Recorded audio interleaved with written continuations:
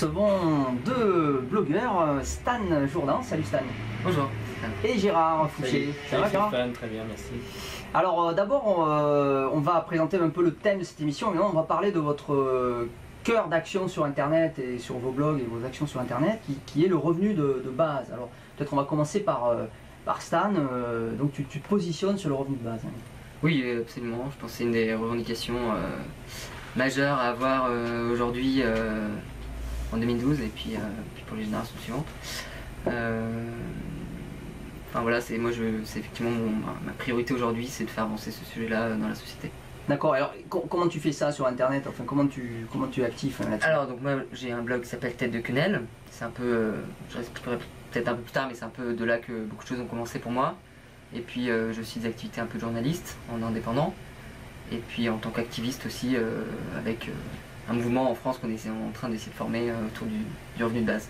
D'accord, je crois qu'il y a un site en préparation, c'est ça? Voilà, donc je suis en train de travailler, je suis pas tout seul, mais on est en train de travailler à créer un site qui va s'appeler revenudebase.info et qui va essayer de regrouper un peu tous les partisans, à la fois dans leur diversité, mais aussi dans leur en essayant de rassembler les gens autour du revenu de base. Et donc le but ce sera aussi de porter une initiative citoyenne européenne. Alors ça on y reviendra peut-être. On y reviendra tout à l'heure. Ouais, d'accord. Et alors je crois aussi que tu as pris contact avec une très ancienne association en France qui soutient cette idée depuis longtemps, qui est l'association pour l'instauration de revenu d'existence, voilà. l'air de l'air. Oui, effectivement, je travaille avec eux aujourd'hui à plusieurs niveaux, notamment pour cette initiative citoyenne, et puis aussi pour le site qu'on va lancer, revenudebase.info, qui a été cofinancé par cette association. D'accord. Alors maintenant Gérard, on va dire que tu as un peu plus d'expérience que Stan, qui fait jeune quand même par rapport à ton expérience, puisque tu as été entrepreneur, éditeur, tu as fait un tour du monde en bateau, tu as fait énormément de choses.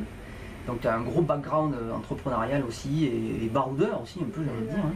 Et comment toi, alors voilà, qui est un peu comme ça iconoclaste, tu es arrivé à cette prise de conscience de ce revenu de base? Comment tu agis là-dessus? Pourquoi tu t'es positionné? Enfin, comment tu te positionnes d'abord, avant de voir pourquoi, mais comment tu te positionnes là-dessus? Ben la démarche personnelle que j'ai depuis toujours, c'est une démarche de liberté et d'indépendance. Et donc voilà, je ne me souviens plus exactement comment ni pourquoi, mais un jour sur Internet, bon, je connais bien Internet depuis les débuts d'Internet, depuis 95-96, enfin les débuts du web plutôt, pas d'Internet. Et donc je ne sais plus pourquoi, il y a 3 ans à peu près, je suis tombé sur Internet sur un documentaire qui est maintenant très connu, réalisé par Paul Grignon, qui s'appelait L'Argent Dette, qui s'appelle toujours L'Argent Dette, et qui décrit le système monétaire bon, d'une manière un peu simple, mais que tout le monde peut comprendre. Et donc, les questions que je m'étais toujours posées, plutôt inconsciemment, c'était un petit peu derrière toutes mes réflexions depuis toujours. Les questions que je m'étais toujours posées inconsciemment sur la monnaie, la création de la monnaie, d'où ça venait, qu'est-ce que c'était que la monnaie. Ouais. Ce documentaire m'a d'une part passionné et d'autre part ouvert les yeux sur la réalité du rôle de la monnaie dans la société actuelle et de sa création. Alors on va revenir en détail sur cette démarche que tu as signalée, et tu es donc arrivé à cette compréhension du revenu de base comme étant une évolution nécessaire du système économique et monétaire. Et comment tu es présent sur cette notion-là sur Internet? Ben, c'est le fruit d'après d'une évolution. Non, mais comment tu te manifestes en fait? Oui, tout à fait. Donc après cette première découverte, il y a eu tout un parcours qui a fait que je me suis intéressé à la monnaie, que j'ai créé pour d'autres choses aussi, pour parler de liberté, j'ai créé un petit blog vidéo sur Internet qui s'appelle Le Mini Show. Le Mini Show de Gérard Fouché. Le Mini Show de Gérard Fouché, dont la ligne c'est vous faire rire et réfléchir. Voilà, parce que j'aime bien distraire les gens, les faire rire, mais en même temps les éveiller à des sujets qui sont parfois un petit peu complexes. Ouais. Donc voilà, donc la difficulté c'est de comprendre des sujets complexes et de les expliquer d'une manière qui soit un petit peu agréable à écouter.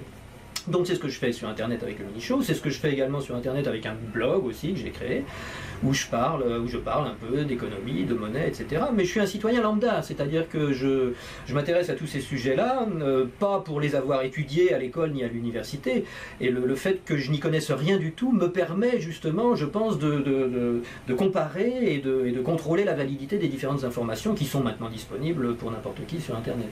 Donc on dira peut-être que vis-à-vis de Stan, qui a plus une démarche je dirais, d'étudiant d'école de commerce, hein, parce que c'est un peu ce que tu as Oui, fait. c'est là d'où je viens, effectivement. Voilà, donc il y a quand même une petite démarche un peu structurée, je dirais théorique. Et toi, tu as plus une démarche, je dirais, de vulgarisation. Au niveau de l'action que j'ai sur Internet, oui. Au niveau personnel, c'est une démarche d'hommes qui essayent d'être libres et indépendants et qui se trouvent face à des injustices, à des prises de contrôle. Et j'étudie ça, j'essaye de décortiquer pour voir comment ça fonctionne et quelles solutions on peut éventuellement, quelles alternatives on peut éventuellement y apporter. D'accord, alors vous êtes aussi tous les deux, donc on reprend sur Stan pour finir sur cette présence sur Internet, sur le sujet des revenus de base, vous êtes aussi tous les deux bien sûr présents sur les réseaux sociaux. Hein. Oui. Ouais. Alors je crois que Stan d'ailleurs tu as plusieurs comptes Twitter. Oui, je gère le compte Twitter du site revenusdebase.info également. Ouais, qui s'appelle Revenu comment Base. C'est @revenusdebase.fr. FR, hein. Voilà. Parce qu'il y en a un autre Revenu de base mais c'est pas le tien, c'est Voilà, c'est celui d'un. mais c'est quand même un collègue. Oui, c'est un ami. Revenu de base FR, sinon le tien c'est Stan Jourdan, Voilà. Stan Jourdan, tu es aussi présent sur Facebook. Oui, Facebook, que j'utilise plutôt. J'essaie de garder un peu familial, on va dire. D'accord. Rester entre amis. Ouais. Mais bon, qui est quand même assez ouvert. Et puis sinon, oui, Google Plus aussi. Alors vous êtes conscient d'ailleurs que ces réseaux ne sont pas des réseaux sociaux Oui, je ouverts. sais. Hein. D'accord, ils sont pas libres. D'accord. Donc, dans Monnaie Libre, on fait attention aux logiciels aussi. Ouais. À utiliser avec modération Twitter et Facebook pour ces raisons-là. Gérard, toi aussi pareil? Oui, moi j'ai des comptes personnels à mon nom, Gérard Fouché, sur la plupart des réseaux sociaux, sur Facebook en particulier, puisque c'est un de ceux sur lesquels je suis présent depuis plus longtemps, donc j'ai un public, un suivi sur lequel je diffuse mes vidéoblogs sur Facebook en particulier. Moi, Facebook m'intéresse, bon, bien que ce soit un site privateur, Facebook m'intéresse dans la mesure où on peut trouver un public qui n'est pas un public de spécialistes, qui est un public un petit peu que je qualifierais des Français moyens, des gens qui s'intéressent pas forcément à l'économie, pas forcément à la monnaie, et donc je me situe un peu à la frontière entre les spécialistes, un petit peu comme Stan ou comme les économistes que nous rencontrons quand nous faisons des actions précises, donc à la frontière entre les spécialistes et les non spécialistes. Voilà, j'essaye un petit peu de faire de la traduction. Ouais. Donc sur Facebook. Sur Google+, oui, bon, qui est un petit peu moins pour l'instant développé que Facebook. Sur Twitter, alors Twitter c'est intéressant parce que là je tweete pas mal. Je crois que bon, le public de chacun des réseaux sociaux est différent. Sur Twitter en particulier, on trouve des journalistes, des spécialistes, des gens des chercheurs. Là, la France moyenne n'est pas très présente là-dessus, donc c'est intéressant aussi. Et puis j'aimerais bien être plus sur Diaspora, le réseau libre, mais malheureusement il n'y a pas grand monde pour l'instant. Donc de temps en temps je mets des billets, mais ils ne sont pas très vus parce qu'il n'y a personne. Mais bon. Oui, donc pour l'instant Diaspora, je crois qu'il est encore en développement, mais il y a aussi Movin qui est Movin, j'ai pas essayé encore. Alors Movin est encore en développement, mais projet français, ça. C'est un projet français, mais qui a l'air plus respectueux d'un certain nombre de standards libres aussi. Ils ont choisi XMPP notamment, enfin, donc il y a peut-être plus d'intérêt. C'est plus long à démarrer, mais peut-être que c'est peut-être toujours avec le lièvre et la tortue, on ne sait jamais trop qui va arriver en premier. Ça dépend si le lièvre fait une pause ou pas. Alors voilà, donc on a présenté votre activité, votre présence sur Internet et votre action concernant le revenu de base. Peut-être on a oublié quelque chose, Stan, tu as lancé un groupe Revenu de base Paris aussi, qui fait des rendez-vous à Paris. Oui, alors ça vient de l'idée que en fait, ça existe déjà à Toulouse et Montauban, donc des groupes qui se réunissent très régulièrement, notamment avec Carole que tu as déjà interviewé. Et donc je me suis dit, c'est dommage que ça n'existe pas à Paris, alors que ça existe dans d'autres villes, et Paris est quand même censé être la ville la plus grande de France, donc je trouve ça paradoxal, donc je me suis dit, je vais lancer l'idée. Et puis suite à plusieurs déjà on en est à la 4e, je crois, 5e bientôt. Et donc la règle c'est que c'est tous les 2e mercredis du mois, et donc il faut chercher sur Facebook, me retrouver, on a un groupe qui s'appelle Communauté du revenu de base Paris. Voilà. D'accord, donc ça c'était pour ceux qui veulent en savoir plus au jour le jour sur le sujet du revenu de base et qui le connaissent déjà bien sûr, et pour vous suivre sur internet, être au courant de vos activités, puis des informations que vous distillez sur le sujet, qu'elles soient d'inspiration personnelle ou extérieure. Bon. Alors, et maintenant, on va arriver peut-être un peu plus au cœur du sujet, là ça va être un peu plus technique peut-être, c'est comment finalement vous êtes arrivé à cette prise de conscience du revenu de base comme solution aux crises monétaires, comme peut-être aussi comme solution politique, sociale, économique et pas que monétaire. Comment vous êtes arrivé à ça en fonction de votre parcours qui est forcément différent l'un et l'autre. Alors voilà, donc vas-y peut-être j'ai pour changer un peu Gérard. C'est un parcours à la fois personnel et social. Donc quand j'ai découvert donc ce documentaire là, je me suis aperçu que La monnaie, c'était d'abord et avant tout un moyen d'échange sur lequel un certain nombre de gens peuvent se mettre d'accord pour échanger leurs biens et leurs services. Bon, ça c'était, pour moi, c'est devenu la définition principale d'une monnaie. Et d'autre part, je me suis aperçu aussi que c'était, quand on en contrôlait la création et la distribution, un outil de pouvoir exorbitant et colossal. Et donc, en étudiant les principes actuels qui gouvernent la création et la distribution de la monnaie, je me suis aperçu que un certain nombre de puissances, un certain nombre de services gouvernaient ces deux activités fondamentales, non seulement pour la monnaie, mais aussi pour l'économie de la société et également pour le bien-être humain et social de la société. Et donc j'ai commencé à étudier les conséquences d'un contrôle pyramidal de création et de distribution monétaire. Et là, je me suis aperçu que, à l'évidence, il y avait pas mal de choses qui fonctionnaient mal, c'est-à-dire qui entraînaient des conséquences désastreuses et prédatrices pour une certaine partie de la population, et des conséquences merveilleuses et enrichissantes pour une autre partie de la population. Ceux qui contrôlent l'émission monétaire. Voilà. Et donc, comme je suis quelqu'un qui a au fond de lui, depuis la petite enfance, un sentiment très puissant de justice et un détecteur très puissant d'injustice, je me suis trouvé face à quelque chose dont il m'a semblé très important de parler. D'accord, donc alors, ce film déjà t'a permis de comprendre le mécanisme de la... Voilà, mais ça, comprendre le mécanisme n'amène pas directement une base. Parce que d'autres vont dire oui, mais c'est parce que c'est les banques qui créent l'émission monétaire. D'autres vont dire si c'est l'État, ça serait peut-être mieux et ça permettrait de contrebalancer le pouvoir des banques. Donc pourquoi alors une base? Pourquoi cette solution-là? C'est le fruit d'une évolution. Quand on est face à un problème et qu'on a bien analysé le problème, on commence à comprendre quelles sont les sources du problème, et donc on commence à comprendre quelles sont les solutions, les alternatives éventuelles qu'on pourrait avoir pour qu'un problème d'injustice apporte moins d'injustice à une société, ou plus de justice. À partir de là, on avance dans une réflexion. Et si on part du principe que la création monétaire ne doit pas reposer entre les mains de quelques-uns et la distribution monétaire ne doit pas dépendre du bon vouloir de quelques-uns, on se dit, alors si ça ne doit pas dépendre du bon vouloir de quelques-uns, ça doit dépendre du bon vouloir de tous. Bon, dans une démarche politique, on se dit quel est le représentant a priori du bon vouloir de tous, qu'on peut nommer, si on préfère, le bien commun. Et on tombe sur l'État.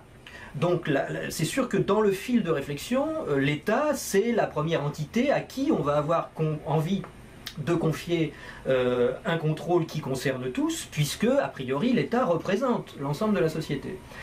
Et puis, quand on pousse la réflexion un petit peu plus loin, on se dit que l'État lui-même, on se pose la question, est-ce que l'État lui-même est bien placé pour diriger la création monétaire, la distribution de la monnaie, et, par conséquent, l'ensemble de l'économie et l'ensemble des secteurs qui vont être favorisés ou défavorisés? Est-ce que c'est bien de confier cette responsabilité-là à un petit nombre de gens qui sont certes élus par un certain nombre d'électeurs, mais on s'aperçoit, parce que ça touche aussi à la démocratie, tout ça bien entendu, on s'aperçoit que la démocratie représentative, d'autre part, ne représente pas véritablement la volonté d'une vraie majorité. Donc on se pose la question, est-ce que l'État est vraiment bien placé pour gérer ces choses-là? Et on se dit, après tout, pourquoi est-ce que la monnaie, au lieu d'être distribuée par un centre émetteur, ne serait pas carrément distribuée? Quelle serait la méthode idéale pour la distribution de la monnaie? Et si on réfléchit un peu, on se dit, pourquoi la monnaie serait-elle pas finalement distribuée à parts égales à chaque citoyen? Oui, mais alors dans ce cas-là, on va te rétorquer, oui, mais pour pouvoir émettre de la monnaie, il faut avoir quelque chose en gage. C'est ce que disent les libertariens. Ils vont te dire, si tout le monde émet de la monnaie, le problème c'est qu'il n'a rien en gage en contrepartie de la monnaie émise. Tout à fait. Tout à fait. C'est l'erreur qu'on commet depuis très longtemps de croire que le gage d'une monnaie, c'est une valeur. C'est je sais pas, c'est l'or, c'est des bouts de bois, c'est du métal, etc. Alors que la seule vraie valeur que produisent les membres d'une société, si on y réfléchit, c'est pas des cailloux, c'est pas de l'or, c'est leur propre production. C'est leur propre valeur physique.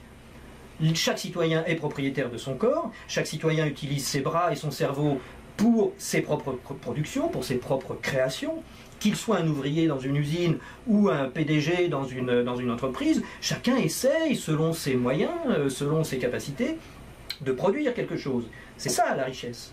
La véritable richesse, c'est ça. c'est la richesse d'une société, c'est ça, c'est alors la production des individus. Et donc, comment valoriser ça alors? Parce qu'un bout d'or, on sait à peu près ce que c'est, une production de citoyens, par définition, on ne sait pas ce que c'est. La valeur, elle est déterminée après. Elle est déterminée selon l'offre et la demande. Si un citoyen a besoin de votre production, il va lui accorder de la valeur. Un autre n'en voudra pas. Pour lui, votre production aura zéro valeur. Et c'est justement le rôle de la monnaie d'équilibrer l'ensemble de ces transactions. Donc ça veut dire que l'émission, même gagée par revenu de base, c'est pas n'importe quelle émission. C'est pas un revenu de base qui peut être de 10 milliards d'euros par personne, quoi. On pourrait dire, pour concilier l'objection que tu viens de présenter et l'espoir d'un revenu de base, on pourrait dire que le revenu de base ne représente que la potentialité de production d'un individu. Et que donc, à ce titre, elle ne doit représenter que elle ne doit être calculée que sur la production effective déjà existante, éventuellement. Mais bon, ça, ce sont des données, ce sont pas des données sur lesquelles on doit décider, ce sont des données sur lesquelles on doit réfléchir, simplement. Les décisions, si décision il y a, elles doivent être prises par l'ensemble des personnes qui s'intéressent à ces sujets-là, et qui doivent débattre, et qui doivent se mettre d'accord sur, en quelque sorte, une constitution de la monnaie. D'accord, et pour finir, alors, c'est toute cette réflexion que tu nous as merveilleusement résumée. Tu l'as mené tout seul ou est-ce que tu t'es renseigné? Est-ce que tu as vu que d'autres personnes... Comment tu es arrivé à ce résultat? Tu as lu quels auteurs? Enfin, comment tu es arrivé à ça? Je passe entre 10 et 12 heures par jour à rechercher des informations sur Internet, dans les bibliothèques, je lis. Donc, bon, bah, comme j'avais au départ quasiment pas de formation économique à part un bac, je me suis intéressé à la plupart des économistes, de Keynes à Rothbard, en passant par von Mises. Et donc voilà, j'ai fait ma propre culture et je reconnais que c'est un temps considérable, que c'est un travail considérable. Mais bon, comme mon espoir, c'est de faire passer, de communiquer ces idées auprès d'un public le plus large possible, de partager ces recherches avec un public le plus large possible, moi je fais les recherches, je traduis, je condense, j'analyse et je synthétise à la fois, et j'essaye de communiquer le résultat de tout ça. D'accord, donc avec une vraie recherche économique, lecture de plusieurs grands économistes, tu nous en as cité quelques-uns. Forcément. Et donc une vraie démarche de recherche, pas que une réflexion comme ça, disons, couchée dans l'herbe avec une paille dans la bouche. Oui, non, pas du tout. Alors on va arriver à Stan, alors qui a une démarche, je dirais presque un peu plus, classique, universitaire, une vraie démarche de journaliste, avec une recherche, des théories actuelles développées, avec un vrai référencement aussi, des sources. Et tu as même fait des articles qui analysaient profondément les concepts d'inflation, mais aussi les comparaisons des théories monétaires et tout. Donc tu as fait une démarche exhaustive, un peu à la manière de Gérard, mais peut-être plus d'un point de vue académique au départ que disons expérimental selon Gérard. Alors, je ne sais pas si c'est très académique vu que j'ai jamais été fouillé dans les théories monétaires. Je suis plutôt dans le style pragmatique. Ouais. C'est-à-dire que, mais bon, bref. Pour refaire l'histoire, moi en fait, je pense que je suis obligé de remonter un peu au moment où la crise des subprimes a explosé. À ce moment-là, j'étais en école de commerce, donc j'étais censé bien sûr m'intéresser beaucoup à la crise et on était censé un peu nous expliquer tout ça à l'école. Je vous rassure, c'était pas le cas. Non, mais à cette époque, j'étais vaguement curieux par rapport à ce truc-là. Et puis bon, après, quand on est étudiant, on aime bien faire la fête et tout, donc finalement, je suis un peu passé à travers. Mais quand même, j'avais cette sensation. Après, j'ai commencé à passer beaucoup de temps sur Internet et je voyais bien qu'il y avait un truc qui marchait plus. Mais à la différence de Gérard, j'ai pas tout de suite vu le truc de la monnaie, quoi. Ça, je l'ai vu après. Et justement, au fil de mes lectures, j'étais ouvert parce que je comprenais que ça marchait plus. Et puis un jour, je suis tombé donc sur l'idée du revenu de base et même plus précisément du revenu universel, du dividende universel, pardon. Et donc là, ça m'a interloqué parce que là, j'ai une solution. Et en fait, jusqu'à présent, j'avais vu que des problèmes, mais j'avais jamais vu de solution. Et le jour où enfin j'ai eu une petite lumière au bout du tunnel, là, j'ai commencé vraiment à me remettre à m'intéresser à l'économie plus précisément. Et donc là, c'est à peu près au moment où la Grèce commençait à avoir de sérieux problèmes aussi. Donc là, ça a réanimé en moi toute une réflexion sur l'économie. Et puis j'ai commencé à écrire sur l'idée, sur le revenu de base, avec beaucoup d'articles. Et effectivement, là, j'ai remonté le fil, j'ai remonté les théories et j'ai comparé avec le débat qu'il y a dans la blogosphère, effectivement, la blogosphère française, mais aussi anglophone, qui, à mon goût, est beaucoup plus en avance là-dessus, je trouve. Parce qu'effectivement, on trouve d'autres théories monétaires qui concurrencent le revenu de base. d'une certaine manière. Et voilà, voilà comment j'en suis arrivé là. Mais encore une fois, moi ce qui m'intéressait au tout début, ce qui m'intéressait sur le revenu de base, c'était vraiment pas du tout l'approche monétaire, c'était plus l'approche sociale. C'est-à-dire que depuis longtemps, j'avais le sentiment que ce système social, surtout en France, en fait, ne crée que des problèmes, il ne résout rien, et puis surtout il crée une espèce de défiance, parce qu'en fait, on ne sait plus du tout, en fonction du statut, en fonction de l'âge qu'on a, on ne sait plus qui gagne quoi, et en fait, on a tous l'impression de se faire spolier, on a tous l'impression que le voisin gagne plus. Et donc là-dessus, j'avais lu un excellent livre que je recommande aussi d'ailleurs à nos auditeurs, qui s'appelle La Société de défiance, de Pierre Cahuc et Yann Algan, qui est un excellent bouquin qui démontre par A plus B comment le système social nous rend tous jaloux les uns des autres. Notre superbe machine à jalousie dont on se vante, voilà. Donc c'est un aspect de transparence du système Voilà. social qui t'a plu Qui m'a avant beaucoup tout. plu, ouais. Et puis aussi l'idée qui me plaît beaucoup dans le revenu de base, c'est l'idée de lutter contre de résoudre le problème de la trappe à pauvreté. C'est-à-dire le fait qu'aujourd'hui, quelqu'un qui travaille, disons au SMIC, il a un peu plus de 1000 euros. Et puis à côté, effectivement, les gens qui pour des raisons X ou Y se retrouvent sans travail vont toucher un RSA et peut-être au-dessus des allocations chômage. Et effectivement, on comprend qu'il y a une forme de jalousie par rapport à... Ça crée de la jalousie, puisqu'on a des gens qui passent 35 heures à travailler au moins, qui gagnent presque pas plus que des gens qui ne travaillent pas officiellement. Ouais. Et il y a deux façons de résoudre ça, c'est de... Donc il y a la solution travail forcé Oui. que voudrait mettre en place un peu la droite en gros, et puis il y a la solution du revenu de base qui consiste à reconnaître que tout le monde participe à la société et que c'est pas qu'une question de valeur travail, etc. Et puis surtout, donc, celui qui travaille gagnera en plus Voilà, le c'est revenu ça, de base. exactement. Parce qu'on peut dire aussi l'autre solution, c'est de dire on arrête toutes les allocations et celui qui ne travaille pas, il ne touche rien. Oui, puis on laisse les gens crever dans la rue. Voilà. Donc ça c'est, voilà, moi j'avais ce dilemme là depuis un petit bout de temps là-dessus, est-ce qu'on laisse les gens crever dans la rue, machin, bah non. J'avais une tension je pense un gros dilemme en moi-même, et puis quand j'ai entendu parler du revenu de base, je me suis dit, voilà, là moi un truc qui réconcilie un peu les gens, quoi, parce qu'aujourd'hui ça va mal se finir, quoi. Et alors sur ton blog aussi, on note, alors d'ailleurs même c'est pareil pour les vidéos de Gérard sur le mini-show, beaucoup de réactions et des gens qui se sont intéressés au sujet, il y a eu beaucoup de débats, beaucoup de discussions, et tu fais un peu l'arbitre de ça, non? Tu es obligé de jouer un peu l'arbitre, d'arbitrer, il y a un peu du plus et du moins à chaque fois. J'essaye d'avoir un point de vue effectivement rassembleur.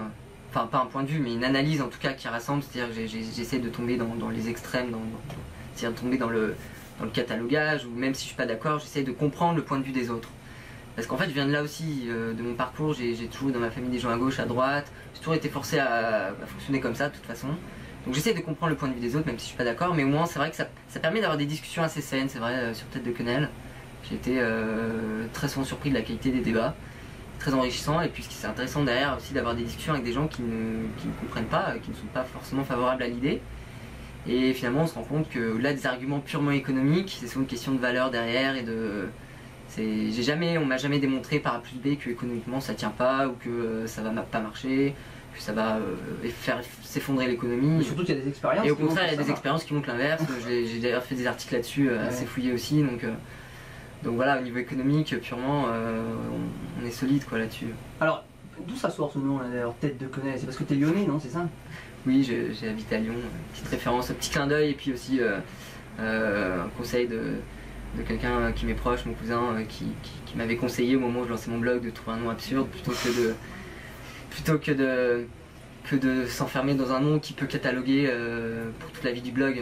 Je sais pas, j'aurais pu prendre Iconosphère, j'en sais rien, je dis ça va, et ça veut dire que j'aurais fallu que je parle d'économie pendant toute ma vie sur ce blog là. Ouais. Alors qu'avec Tête de Quenelle je peux A priori, et puis c'est un nom que les gens retiennent et qui... Oui, ça pour retenir, on c'est retient. un bon petit coup marketing assez intéressant. Alors, par rapport à ça, et pour finir sur cet aspect, je dirais, analyse et solution, il y a évidemment dans le débat, et après on passera à notre troisième étape de l'émission, dans le débat comme ça, il y a parmi ces discussions qui ont lieu, alors soit dans les commentaires de blogs, soit dans les commentaires de vidéos chez Gérard, soit éventuellement des discussions sur d'autres blogs, mais il y a des blogueurs, par exemple il y en a un qui est célèbre chez les défenseurs du revenu de base, c'est le fameux Guy de Moz.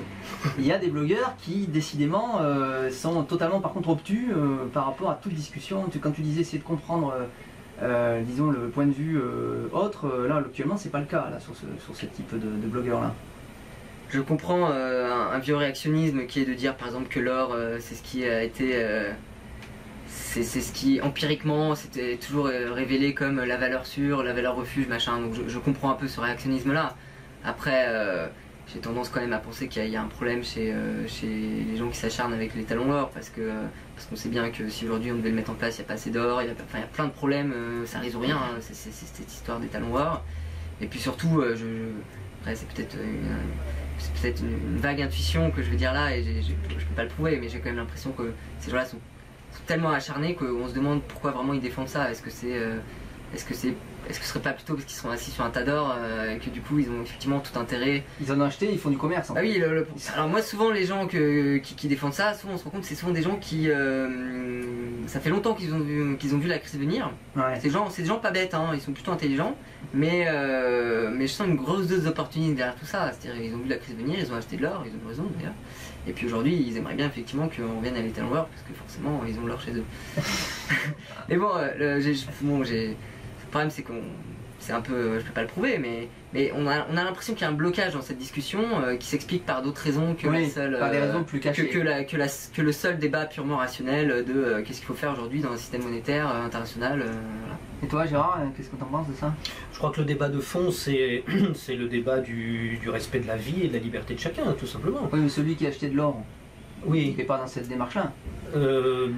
Non, mais bon, à la limite, il pourrait être dans une démarche de trader, de commerçant, et voilà. Il défend son beefsteak. Il défend son beefsteak, voilà, c'est tout. Oui, donc ça n'a rien à voir avec chercher une monnaie qui soit valable pour tous. Il défend son propre beefsteak. Oui, voilà, je crois que c'est des démarches qui sont certainement pas convergentes en tout cas. D'accord, et donc si chacun défend son propre beefsteak, est-ce que ça peut marcher une monnaie?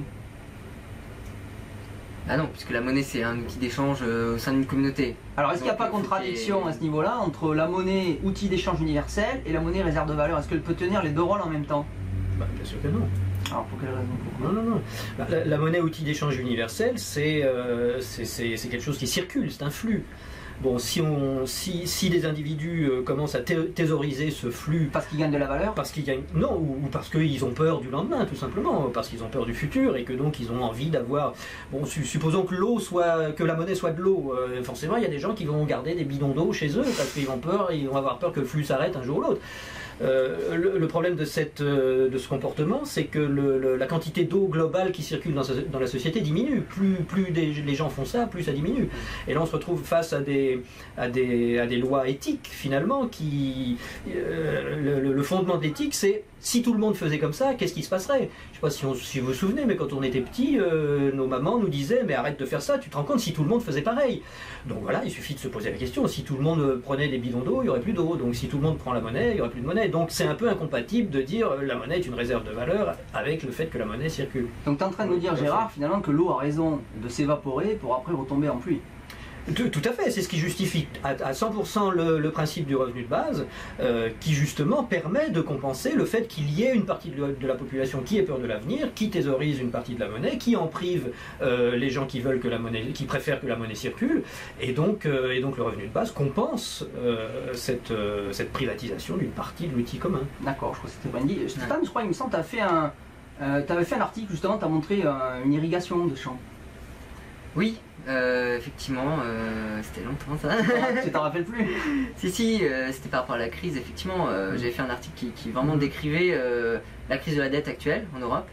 Et on voit très bien que, bon, par exemple, la Fed aux États-Unis ou le Japon, ils ont une crise économique dans leur pays. Alors, ça, il n'y a pas de doute. D'ailleurs, le Japon n'en parle pas beaucoup, mais ça fait 20 ans que ça dure, hein, juste au passage, entre parenthèses. Mais eux, ils n'ont pas de crise de la dette, c'est pas la dette le problème.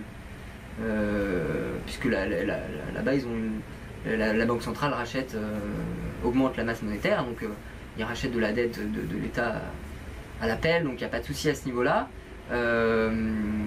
Mais par contre on voit bien que ça ne résout pas le problème de chômage, ça ne résout pas le problème du pouvoir d'achat, c'est juste que le processus de désintégration économique est beaucoup plus lent. Voilà, au Japon, ça il n'y a pas de revenu de base au Japon? Non, il n'y a pas de revenu de base. Il y a un débat là-bas aussi, il y a un mouvement pour le revenu de base, mais c'est pas encore... Et alors, est-ce que le revenu de base n'est pas justement aussi un moyen tu parlais de flux, finalement de transmettre aux vivants, mais finalement une partie au moins de l'héritage des morts, de ceux qui partent, quoi.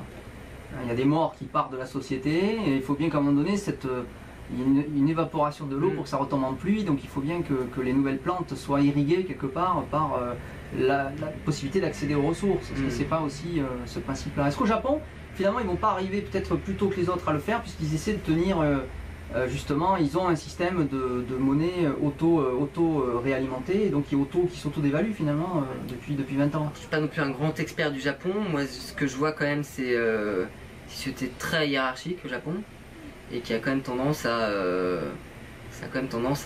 oppresser les jeunes générations. Donc ça et par exemple, c'est au Japon qu'est né le phénomène des NEET. C'est ni stage, ni boulot, ni formation. Donc c'est en anglais l'acronyme NEET, N-E-E-T.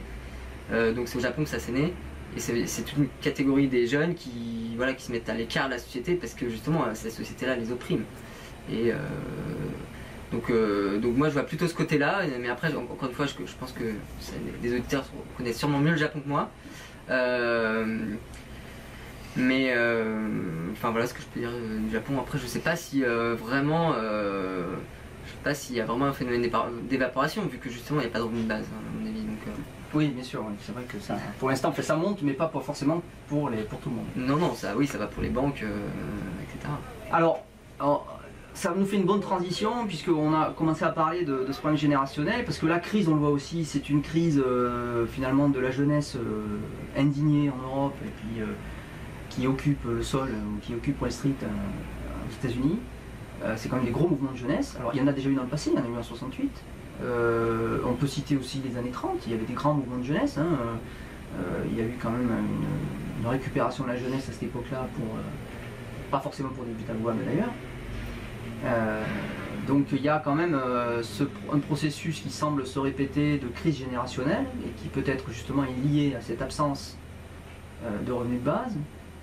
Donc comment, étant donné la situation qui est quand même extrêmement grave et qui peut déboucher sur des choses beaucoup plus graves encore aussi, on n'est qu'en 2012 et qu'on peut considérer qu'on est à peine encore on est encore en plein dans le trou de la crise, on n'est pas sûr d'en sortir encore dans de bonnes conditions. Quelle est maintenant, quelles sont vos actions, je dirais, plus concrètes vers l'extérieur pour, au-delà d'Internet, essayer de voir comment on peut améliorer les choses et éviter peut-être qu'à l'avenir aussi, ce phénomène de blocage générationnel se renouvelle, parce que même si ça a lieu que tous les 40 ans, est-ce que résoudre la crise uniquement pour aujourd'hui ne va pas créer les conditions pour la recréer plus tard? Donc comment vous vous engagez pour faire connaître cette idée de revenu de base et la diffuser? Alors je crois que Gérard, on va peut-être suivre avec toi. Tu es allé voir les indignés français sans forcément faire partie du mouvement, mais pour un peu essayer de les informer sur le problème monétaire et sur la possibilité de revenu de base. Oui, bien sûr, ouais, j'ai passé pas mal de temps à la fois à l'automne 2011 et au printemps un peu 2012 avec les indignés. J'ai participé à des assemblées générales, j'ai observé. Et je me suis rendu compte que le mouvement des indignés, c'est quelque chose de très hétéroclite, il faut bien le dire. Et il n'y a pas que des jeunes. Je crois que le mouvement des indignés, ou Occupy Wall Street aux États-Unis, ou tous les mouvements Occupy qui existent dans le monde entier, c'est surtout des gens qui descendent individuellement dans la rue, ou qui se regroupent, parce qu'ils se sentent lésés, parce qu'ils se sentent frustrés. Et la frustration, c'est pas forcément une question d'âge. Bon, bien sûr, si on fait partie d'une génération qui vient d'arriver dans une société, dans un système social où on s'aperçoit que les gens qui sont là depuis 50 ou 60 ou 70 ans disposent d'avantages que peut-être on n'aura soi-même jamais, forcément on a envie de se révolter, on a envie de leur dire comment ça se fait que vous travaillez à rien faire alors que moi je suis obligé de travailler pour avoir des cacahuètes. Donc c'est vrai qu'il y a une grande frustration qui se met au jour, et donc c'est pour ça que j'ai passé du temps avec les indignés pour essayer de... J'aurais voulu définir avec eux la source de tous ces problèmes, la cause des causes, comme dit souvent notre ami Étienne Chouard, qui parle lui plus de démocratie que de monnaie maintenant. Et donc pour moi, une des causes principales, c'est donc l'usurpation de la création monétaire par un petit nombre de gens et le fait qu'elle échappe à la société dans son ensemble. Mais je me suis aperçu avec les discussions avec les indignés qu'on était loin, très loin de cette prise de conscience-là. Qu'il y a beaucoup de gens parmi les indignés qui disent non, non, non, non, il faut supprimer la monnaie, c'est la monnaie qui est le mal.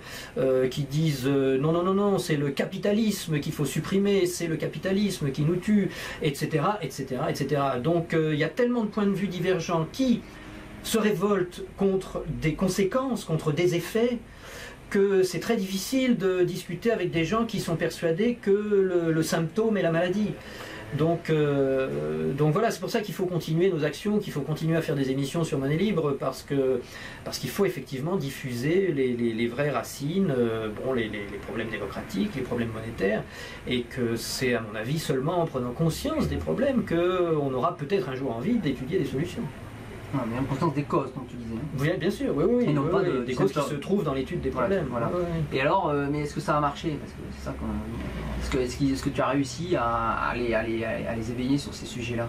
Non.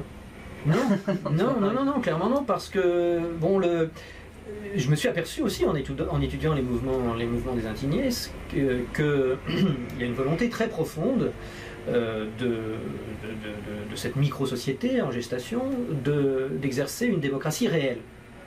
C'est-à-dire une démocratie où chacun a le droit à la parole, où chacun a le droit au refus, où chacun a le droit à l'information reçue et à l'information donnée, et que ce processus-là, c'est un processus extrêmement lent, extrêmement compliqué, pour lequel nous ne sommes absolument pas formés. Et donc voilà, si un jour une démocratie réelle se met en place dans un pays quel qu'il soit, ce sera parce qu'il y aura eu un effort d'éducation personnelle, volontaire, un effort d'éducation partagée, un effort de conscience, d'éveil commun. Et tout ça prend beaucoup de temps, beaucoup de travail, beaucoup d'efforts, et forcément, ça m'embête de le dire, mais je pense que c'est pas un processus qui peut se faire en quelques années. Je pense que c'est un processus multigénérationnel qui passe par l'éducation de nos propres enfants, et peut-être par une ouverture de l'éducation à des principes économiques qui, pour l'instant, ne sont même pas connus. Est-ce que tu ne retrouves pas cette idée de démocratie souple, comme tu viens de la décrire, directe ou réelle? Est-ce que tu ne retrouves pas cette idée dans les partis pirates, notamment le parti pirate allemand, qui a mis en place un outil de liquide démocratie, comme ils appellent ça, qui justement permet à chaque membre du mouvement de pouvoir participer à l'élaboration de tous les points du programme? C'est possible. C'est possible. Je suis avec attention évidemment les développements des différents partis pirates en Europe et en France en particulier. Je constate que le manque, encore une fois, d'éducation que nous avons à la liberté, à l'autonomie, à la prise de décision personnelle et collective est tel que même un parti pirate, même une démocratie réelle a vite fait de retomber dans les travers d'une démocratie représentative ou d'une dictature selon les individus. Il y a toujours le danger qu'une hiérarchie se mette en place et que donc les décisions soient prises par un petit collège de gens qui ont compris certaines choses et qui entre guillemets font participer le reste de la pyramide à leurs décisions, mais en réalité les imposent. Donc il y a toujours ce danger-là. Donc c'est très difficile quand on monte une structure politique comme un parti de garder tout ça à l'esprit c'est un combat personnel et collectif permanent de préserver la liberté de chacun et d'avancer vers des décisions collectives. Donc le relâchement est toujours sanctionné. Eh oui, et puis peut-être même que le concept même de décision collective impose le silence d'une partie de la collectivité. Ce qui n'est pas bon. Eh oui. Alors Stan, toi, comment tu agis? T'es pas allé à New York voir Occupy Wall Street? Non, j'ai été quelques fois voir les indignés à Paris, mais sans plus. Devant aussi, comme l'a décrit Gérard, la difficulté à attirer vraiment l'attention et vraiment d'aller plus loin que la simple discussion, voilà, l'allusion à ces idées-là. Donc moi, je suis plutôt dans l'écriture et dans le journalisme. Mais là aussi c'est pas facile parce que moi j'ai bien vu, j'ai fait une école de commerce, le système monétaire actuel on nous l'apprend comme ça, comme si c'était absolument normal, comme si ça avait fonctionné comme ça depuis la nuit des temps, et puis finalement, ça prend pas du tout, on nous instille même pas dans la tête l'idée qu'on puisse faire des monnaies différentes, ne serait-ce que des monnaies complémentaires, etc. On s'en parle pas en école de commerce, et je pense que sur les bancs d'ENA et de Sciences Po, c'est à peu près la même chose, bien sûr. Donc Bitcoin ou OpenUDC. Oui, non, mais n'importe, mais même l'idée de dire que la monnaie, ça peut être autre chose que la dette ou quelque chose comme ça, enfin, on n'est pas du tout là-dedans, on nous apprend la banque centrale, machin, poup, et puis surtout on contrôle après, vous avez bien après on fait un examen pour savoir si, donc faut surtout pas dévier de la ligne, sinon on va être sanctionné. Mais bon, donc là dans le milieu des journalistes c'est un peu pareil aussi, il y a des sujets comme ça qui sont assez, assez difficiles à amener. Moi j'essaye aujourd'hui de m'orienter vers du journalisme citoyen, donc ça va être un de mes objectifs à venir, donc ça va passer notamment par le revenu de base.info, où on va pouvoir avoir une plateforme pour les défenseurs du revenu de base en France, où on pourra, les uns et les autres pourront contribuer et apporter leurs articles. Alors tu fais plus que ça, parce que tu es aussi allé à Bruxelles. Voilà, ça c'est... Oui, mais faut que tu en parles, parce que là, nous on sait pas, là, on n'est pas au courant. J'y arrive. À Bruxelles, effectivement, j'étais une réunion en mai, avril, dont l'objectif c'était de faire avancer le sujet de l'initiative citoyenne européenne. Donc c'est quoi? C'est une procédure que la Commission européenne a enfin mis en place dans les textes, donc qui devient officiellement en place, qui va permettre à des citoyens, au nombre de 7, de proposer un texte à la Commission européenne, et s'ils obtiennent 1 million de signatures... Ah non, il faut 1 million de signatures. 1 million de signatures pour le texte, et il faut que par contre il faut que la Commission l'accepte avant, il faut que ce soit dans ses, comment dire, dans ses attributions. Que ça rentre dans les attributions de la Commission. Donc là, du coup, par rapport au revenu de base, on fait référence à la Constitution européenne qui fait référence elle-même aux droits de l'homme, etc. Et donc, l'objectif maintenant, c'est de lancer la pétition en septembre et on va du coup lancer une campagne européenne pour obtenir le million de signatures. Alors, on n'a pas compris encore là. Donc, il y a une initiative européenne pour une pétition d'1 million de signatures, voilà, qui sera soumise à la Commission, au Parlement. À la Commission européenne. À la Commission européenne, et qui proposera l'instauration d'un revenu de base, c'est ça? Européen? Qui demandera à la Commission européenne de veiller à l'instauration d'un revenu de base. C'est un peu flou ça, comme ordre citoyen. C'est un peu flou, mais il y a des contraintes. Comment dire, le problème c'est que, par exemple, les actions sociales, c'est du domaine des États. La Commission européenne n'a pas le droit de fixer le SMIC de la France, par exemple. Donc tout ça, ça dépend des États encore. Donc on peut absolument... Il y a eu un débat entre nous, justement, c'est l'objet de la réunion de Bruxelles, que de débat il y avait 2 versions du texte. Soit on demandait à la Commission simplement de veiller gentiment, mais veiller gentiment, ça veut aussi dire, par exemple, débloquer des budgets pour des chercheurs, faire des expérimentations, ça peut quand même aller... C'est du lobbyisme après. Mais donc, donc il y avait soit cette option qui était retenue, qui devrait être validée encore à une prochaine réunion à Paris, justement, le 7 et 8 juillet. D'accord. Donc cette version du texte était en compétition avec une autre proposée par les Italiens, qui disait non, on veut une directive européenne, qui va obliger les États à transposer dans leur loi nationale. Mais il y avait une grosse incertitude, c'est-à-dire que le risque c'était que la Commission lui dise niette d'entrée de jeu. Et donc même pas de signature, rien, on est obligé de recommencer. Ah oui. Donc finalement on a choisi une version entre guillemets soft, mais qui va quand même permettre de faire une campagne, d'aller chercher les signatures, de faire du bruit. Et puis si on a le million, après on a quand même la Commission dans la poche. Donc c'est aussi un moyen de faire connaître l'idée au niveau européen. Et puis on l'a vu en France, nous du coup, parce que c'est les Allemands et les Autrichiens qui ont été moteurs, on va dire, sur le sujet. Du coup ils nous ont contactés en France en disant vous êtes dedans, vous êtes dans le coup les Français ou quoi? Et donc c'est aussi pour ça que moi avec d'autres, notamment Marc de Basquiat, etc., c'est là nous on s'est dit effectivement il va falloir qu'on se bouge Marc de Basquiat qui est un ingénieur français qui a fait une thèse, qui est docteur en économie maintenant grâce à cette thèse, et qui a fait une thèse donc sur le revenu de base et comment le financer dans le cadre du budget français. Voilà, tout à fait. Donc c'est vraiment l'ouvrage le plus à jour, le plus académique, on va dire. Le plus universitaire. Sur le financement, c'est-à-dire par la fiscalité, quoi. On n'est pas du tout dans l'approche monétaire. Alors, le plus universitaire, bien sûr, il y a tous les travaux de Yolande Bresson qu'il faut saluer ici parce que c'est notre ancêtre à tous. Mais c'est vrai, si on supporte le revenu de base en France, on ne peut pas ne pas faire référence à tout le travail accompli par Yolande Bresson et ses excellents livres, notamment Une clémente économie, ou au-delà même. Il a réfléchi déjà au-delà du revenu d'existence aussi, un de ses derniers ouvrages qui traite du sujet depuis plus de 30 ans maintenant, qu'il a mis au point son approche théorique. Alors, on approche de la conclusion, mais on va continuer avec Gérard quand même, puisque je crois que tu as oublié de nous citer une de ces initiatives aussi, puisque tu es allé en Angleterre rencontrer un mouvement aussi anglais qui a pris conscience et qui est très actif sur le sujet de la monnaie, qui se nomme Positive Money. Ouais.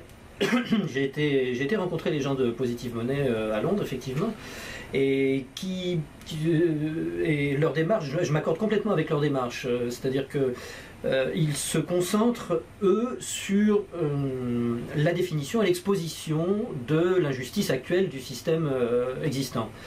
Et donc bon, au niveau politique, au niveau éducatif, je pense que avant de proposer des solutions ou des alternatives à quelque chose qu'on définit comme un problème, il faut effectivement définir cette chose comme un problème. Donc voilà, c'est la démarche de Positive Money à laquelle je souscris complètement.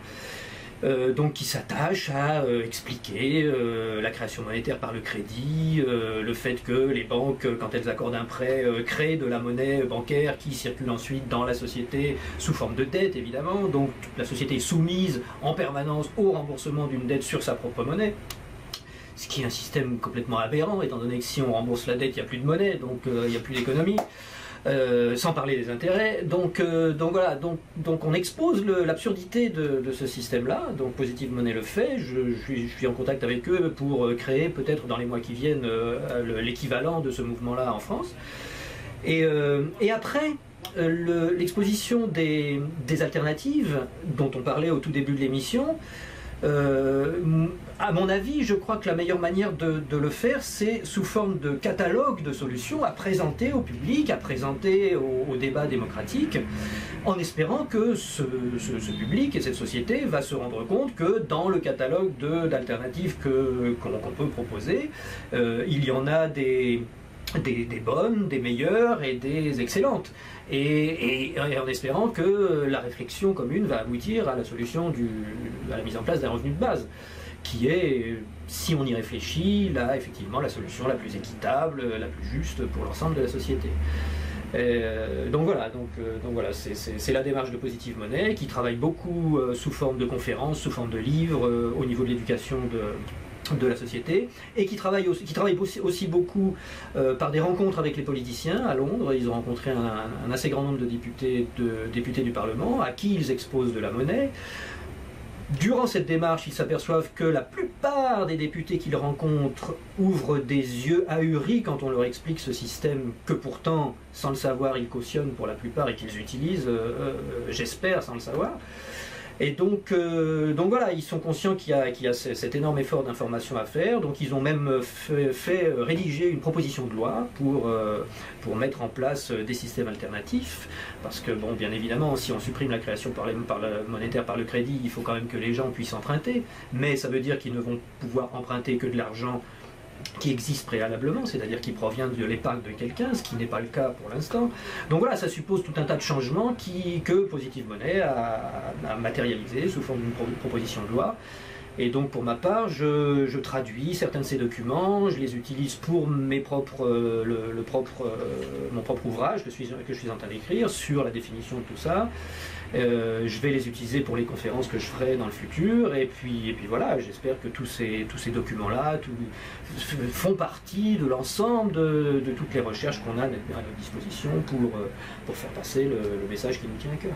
D'accord, donc tu es en train de nous dire que Positive Money, finalement, en déposant une monnaie de loi une proposition de loi pour tenter de modifier finalement le code monétaire, est en train d'essayer d'appliquer les recettes du logiciel libre, c'est-à-dire qu'il veut changer le code. Mais est-ce que ce code est modifiable démocratiquement? C'est une bonne question. Il est modifiable démocratiquement à condition qu'il y ait une volonté populaire. Si on cherche 1 million de signatures pour présenter une pétition à la Commission européenne, 1 million, c'est pas rien. Mais si les règles sont écrites à Bâle, il me semble qu'à Bâle, il n'y a pas du tout de processus démocratique qui gouverne aux règles monétaires. Donc est-ce que c'est pas un coup d'épée dans l'eau que de déposer un projet de loi? Effectivement, je suis tout à fait d'accord. Essayer de modifier un système existant en s'adressant aux créateurs du système existant, c'est comme demander à Windows de devenir libre en fait. Oui, voilà. Oui. Est-ce que vous ne pensez pas, une fois qu'on a identifié aussi le projet la possibilité de revenu de base et donc d'avoir une monnaie qui soit basée sur un revenu de base, évidemment qu'il y a la possibilité, pourquoi pas, de demander à Windows de transformer Windows en logiciel libre, et il y a aussi la possibilité de développer GNU Linux, qui est un système tout à fait nouveau. Donc est-ce que ça ne pourrait pas passer par le développement de monnaies alternatives, voire même de plusieurs monnaies alternatives, basées sur ce principe-là? Qu'est-ce que vous en pensez? Oui, absolument. De toute façon, le revenu de base, ça consiste à quoi? Ça consiste à prendre le pouvoir qui est aujourd'hui une minorité de gens et à le répartir entre tous les citoyens. Forcément, le problème, c'est que ceux qui ont le pouvoir actuellement, ils ne sont pas trop d'accord avec ça. Donc bien sûr, il faudra un minimum des gens dans la rue, et beaucoup, et pas trop de matraques en face. Ou deuxième possibilité, effectivement, montrer, prouver, pour accélérer le processus, prouver par des exemples. Donc ça existe déjà avec des expérimentations, mais en mettre d'autres en place, et donc effectivement par des monnaies peut-être comme Bitcoin, une monnaie par Internet, et peut-être aussi par des jeux vidéo par exemple. Parce qu'on voit récemment, j'ai vu ce matin que par exemple un économiste grec qui travaille beaucoup sur les questions monétaires avec la Grèce, etc., et il s'est fait embaucher par Valve, le fabricant l'éditeur de jeux, et surtout des jeux communautaires d'ailleurs. Et donc là, il y a des vraies problématiques économiques dans les jeux. Mais on le voit avec World of Warcraft aussi, dans le World of Warcraft, etc. Il y a longtemps, puisque le World of Warcraft a sa monnaie interne. On voit bien qu'il y a un mécanisme monétaire qui joue avec de la vraie valeur qui se génère dans le jeu, voilà. Puisque cette monnaie s'échange à l'extérieur contre de la monnaie, je dirais, officielle. Donc, et donc voilà, donc ça m'a fait penser que peut-être que dans les jeux vidéo, il faudrait mettre en place des monnaies avec une base pour regarder au moins ce que ça fait par rapport à d'autres. Il faudrait des jeux libres alors, parce que sinon, alors le problème, parce que alors. Il y a aussi le crédit Facebook qui a été annoncé à un moment donné, hein. Vous avez vu cette histoire de crédit Facebook, mais évidemment le crédit Facebook n'est donné qu'en échange d'une monnaie préexistante, donc n'est pas installé sur un revenu de base, et d'ailleurs ça marche moyennement, évidemment, les gens ne s'en procurent pas beaucoup. Donc ça ne permet pas à cette monnaie d'exister. Mais si une monnaie, même si une monnaie se crée sur la base d'un revenu de base, que les gens utilisent, si le jour où la personne qui contrôle cette monnaie décide d'arrêter de couper le robinet, ceux qui se retrouvent avec cette monnaie faussée, est-ce qu'ils ne vont pas se retrouver lésés? C'est là où on voit bien le lien entre la démocratie et la monnaie, hein. C'est entre une gouvernance ouverte et qui se renouvelle, etc. Donc il suffit pas suffit pas d'avoir une monnaie bien designée, il faut aussi une gouvernance par-dessus, enfin liée à une démocratie, quoi. Une règle de modification associée, parce que si aussi la monnaie passe en revenu de base, et que ce revenu de base n'est pas réactualisé, mais que du coup la volonté de vouloir remodifier cette monnaie pour que le revenu de base soit actualisé n'est pas possible, finalement, est-ce que ça n'aura pas été non plus un coup d'épée dans l'eau? Est-ce qu'il ne faut pas arriver à la compréhension qu'il faut avoir la maîtrise du code? Si, bien sûr, oui, c'est la base. C'est la racine de Est-ce qu'il ne faut pas que ce code soit libre? D'où le nom monnaie libre. Voilà pourquoi je voulais arriver à cette conclusion. Donc ça fait ça va faire presque une heure qu'on est ensemble. Donc je crois qu'on a bien fait le tour. On a bien vu à la fois votre activité sur Internet, comment vous êtes arrivé à la conclusion du revenu de base et à cette prise de conscience, et puis vos actions, alors y compris internationales, on le voit, hein, tous les deux, vous êtes allés y compris à défendre cette idée, y compris un peu en dehors des frontières françaises. Donc je suis presque envie de dire le combat continue. Alors là, la lutte continue. Ouais. Il faut absolument que les citoyens prennent conscience de ce problème, sinon on risque d'aller dans un mur. Oui, et puis il faut aussi surtout que les citoyens qui comprennent déjà aussi travaillent ensemble. C'est qu'il y a beaucoup de gens qui aujourd'hui, je pense, sont conscients déjà qu'il y a un gros problème. Et deux, il y en a un certain nombre qui sont conscients qu'il y a un truc avec la monnaie, que le revenu de base c'est assez intéressant. Je pense qu'il faut vraiment aujourd'hui que ces gens-là travaillent ensemble, qui se rencontrent, qu'ils essayent d'aller plus loin ensemble. Et donc ça veut dire que les gens qui défendraient une idée de revenu de base, comme par exemple qui mettraient en place un site comme revenudebase.info, ils ont intérêt à mettre en place une organisation de type démocratie ouverte. Hein. Bah voilà, et puis sinon ça perdra de sa crédibilité, c'est ça. Avoir un bien commun qui serait par exemple le site que nous on essaye de monter, ce sera un bien commun, et le but c'est de faire vivre ce bien commun. Et que après les gens puissent utiliser les ressources, là donc le site, mais aussi peut-être plus tard aussi des fonds qu'on va lever. On va essayer d'avoir en tout cas d'avoir des cotisations, etc. Peut-être c'est en cours de discussion, mais en tout cas l'idée c'est que de se mettre aussi en commun pour organiser des événements locaux, des